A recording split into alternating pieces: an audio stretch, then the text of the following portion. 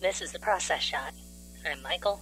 I've dropped out of society, and I've seen Lost in America, a comedy from 1985 directed by Albert Brooks. It follows David and Linda, a yuppie couple from California who, on impulse, and after David is passed for a promotion, decide to quit their jobs, sell their possessions, and live on the road in a Winnebago to truly discover themselves as they had always desired.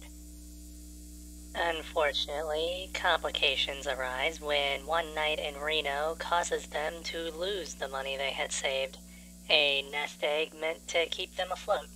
With nothing between them but their RV and a lot of tension, the two now have to figure out their next steps and whether or not there's even anything to find on the roads of America. Despite this high conflict, the movie is able to navigate this in a rather lighthearted and upbeat manner, primarily by staying grounded and focusing on our two leads, whose on-screen chemistry is a well-rounded and at times surprising clash of personalities that comes around to something genuine. David and Linda's relationship is very clearly established from the start of the movie and becomes its central backbone as the story goes along. Everything is pretty much centered around the two, not simply because they're the main characters, but because of their actions and what they do for each other, or because of the other. This is all to say that, unlike a comedy where they might have otherwise ended up over their heads due to forces outside of their control, pretty much everything that happens is their fault in one way or another, and everybody else in the film is pretty much there to remind them that this is the path they've chosen. The other elements of Lost in America are also pretty well handled.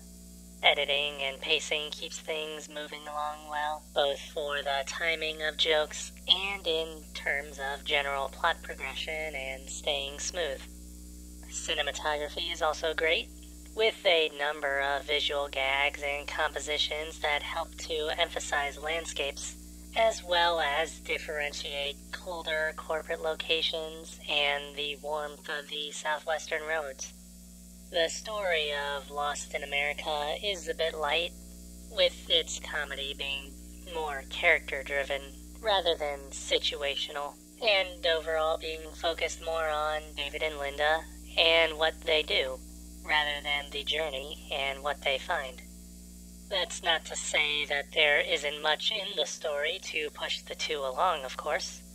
The difference is that, again, the world the two come to find outside of their normal, wealthy, upper-class lifestyle isn't necessarily one that is as open as they might have expected. The dichotomy between their past comforts and the future ahead of them is a bit forced, given that they aren't exactly going into this adventure with big pockets. But the concept is still pretty sound and definitely the primary theme of the film. I feel like it could have been explored a bit more, since the movie tends to take David and Linda and push them lower and lower, rather than explore the fuller spectrum of life outside of California. But what we get is more than enough for what needs to be experienced for the two to get the point. In any case, I would say that the greater idea is that of disillusionment, in that the two set off in search of an idea they had when they were younger, only to find that idea may have never been achievable in the first place. And as the viewer, we also get to see this, though thankfully from the comfort of somewhere that hopefully has air conditioning.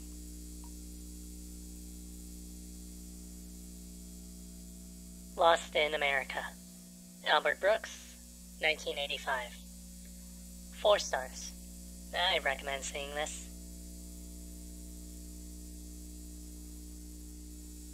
And that's the end of the review. If you liked it, feel free to leave a like. If you want to leave a comment, be my guest. Subscribe to the channel for more reviews in the future.